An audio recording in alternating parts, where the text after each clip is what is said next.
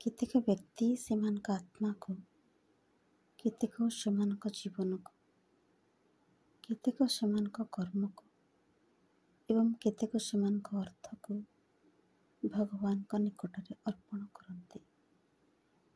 ଅତି ଅଳ୍ପ ଲୋକ ହିଁ ସର୍ବତ ଭାବେ ନିଜକୁ ତଥା ନିଜର ଯାହା କିଛି ଅଛି ସେସବୁକୁ, ଆତ୍ମା, ଜୀବନ, କର୍ମ ଓ ଧନ ସମ୍ପଦକୁ ଭଗବାନଙ୍କ ଠାରୁ ଉତ୍ସର୍ଗ କରିଥାନ୍ତି। ଏଇମାନେ ହିଁ ଭଗବାନଙ୍କର ଯଥାର୍ଥ ସନ୍ତାନ। ଅନ୍ୟମାନେ କିଛି ବି ଦିଅନ୍ତି ନାହିଁ। ଏମାନଙ୍କର ପଦବୀ, କ୍ଷମତା ଓ ଧନ ସମ୍ପତ୍ତି ଯାହା ବି ଥାଉ ନା କାହିଁକି, ଭଗବତ ଉଦ୍ଦେଶ୍ୟ ଦୃଷ୍ଟିରୁ ଏମାନେ ମୂଲ୍ୟହୀନ, ଶୂନ୍ୟ। ଏହି ଗ୍ରନ୍ଥଟି ସେଇମାନଙ୍କ ନିମିତ୍ତ ଉଦ୍ଦିଷ୍ଟ ଯେଉଁମାନେ ଭଗବାନଙ୍କ ନିକଟରେ ନିଜକୁ ନିଃଶେଷରେ ଉତ୍ସର୍ଗ କରିବା ନିମିତ୍ତ ଆସ୍ପୃହାଶୀଳ। ମାର୍ଚ୍ଚ 18, 1914। ତୁ ହିଁ ପୂର୍ଣ୍ଣ ଜ୍ଞାନ, ପରାଚେତନା।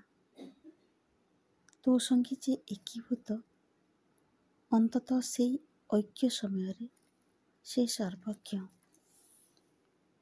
କିନ୍ତୁ ଏହି ଅବସ୍ଥା ଲାଭ କରିବା ପୂର୍ବରୁ ଯେଉଁ ବ୍ୟକ୍ତି ତା ସତ୍ତାର ସମସ୍ତ ଆନ୍ତରିକତା, ସମସ୍ତ ସଚେତନ ସଂକଳ୍ପ ସହ ତତେ ନିଜକୁ ସମର୍ପଣ କରେ,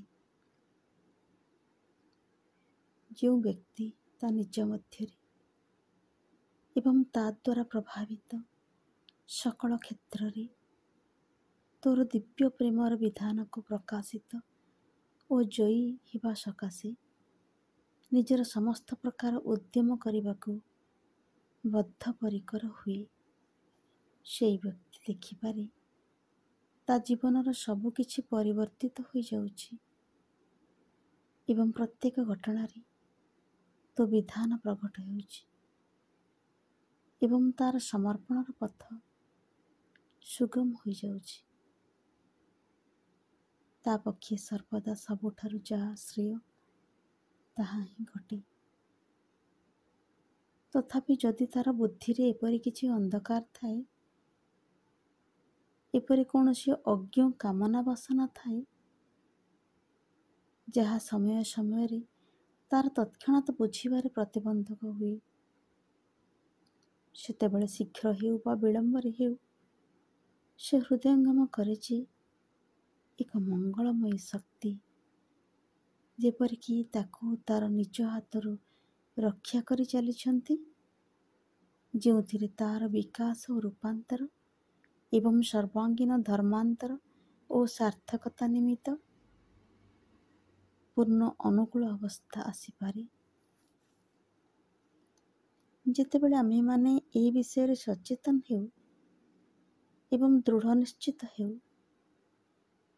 ସେତେବେଳେ ଭବିଷ୍ୟତରେ କ'ଣ ଘଟିବ ଏବଂ ଘଟଣାଚକ୍ର କି ଭାବରେ ଗତି କରିବ, ସେ ବିଷୟରେ କୌଣସି ଚିନ୍ତା କରୁନାହିଁ।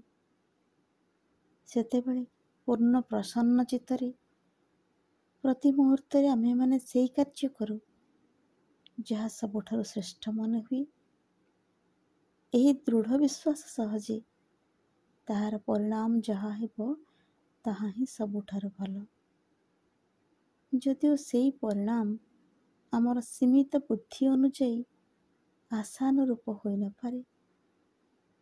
ହେ ଭଗବାନ, ସେହି ସକାଶେ ହିଁ ଆମମାନଙ୍କର ହୃଦୟର ଭାର ଲଘୁ ଏବଂ ଚିନ୍ତା ସ୍ଥିର ହୋଇଛି।